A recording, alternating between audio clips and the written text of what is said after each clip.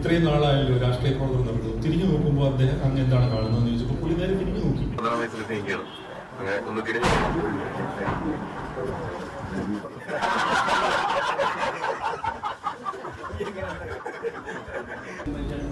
അതുപോലെ കരുണാകരന്റെയും ഒരു ഹൈബ്രിഡ് സ്വഭാവമുണ്ട് എന്ന് ആവർത്തിച്ച് പറഞ്ഞിട്ടുണ്ടായിരുന്നു. ഇപ്പോൾ ഉമ്മൻചാണ്ടി സ്വഭാവം ഏറെക്കുറെ നമുക്ക് ട്രെയിലറിലൂടെ തന്നെ വ്യക്തമാണ്. ഇപ്പോൾ കെ കരുണാകരനുള്ള നേതാവ് അനുഭവിച്ച യാതനകളുണ്ട്.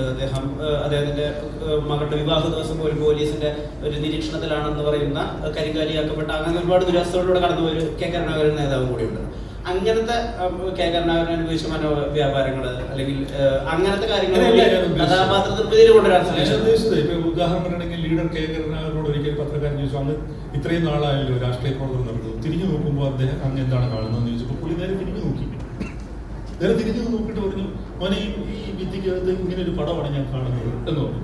അങ്ങനെ പറയുന്ന ഒരു കെ കരുണാകരനുണ്ട്, ഭയങ്കര ടങ് ഇൻ ചീക്കായിട്ട് സംസാരിക്കണം. അത്തരം ചില ട്രെയിറ്റ്സ് ഈ കഥാപാത്രത്തിലുണ്ട്. ഇതെന്താ പ്രശ്നം എന്ന് വെച്ച് കഴിഞ്ഞാൽ അതിപ്പോ എനിക്ക് മാത്രമല്ല, എനിക്ക് മുമ്പ് വന്ന വലിയ തിരക്കഥാകൃത്തുണ്ട്, രഞ്ജി പണിക്കരായാലും ദാമോദരൻ മാഷായാലും ഒക്കെ. അപ്പൊ നമുക്കിത് സമൂഹത്തിൽ നിന്നും നമ്മൾ കാണുന്ന ആളുകളിൽ നിന്നുമാണ് നമ്മൾ ഇതിന്റെ എലിമെന്റ്സ് സ്വീകരിക്കുന്നത്. എന്ന് വെച്ചാൽ അവരല്ലാതെ അതിനകത്ത് ഒരുപാട് ഫിക്ഷൻ. ഇപ്പൊ നമുക്ക് നിങ്ങൾ എപ്പോഴും ഉമ്മൻചാണ്ടി എന്ന് പറയുന്നുണ്ട്. അദ്ദേഹത്തിന് 2 പെൺകുട്ടികളും ഒരു മകനുമാണ്. ഈ സിനിമയിൽ 2 ആൺകുട്ടികളാണ്.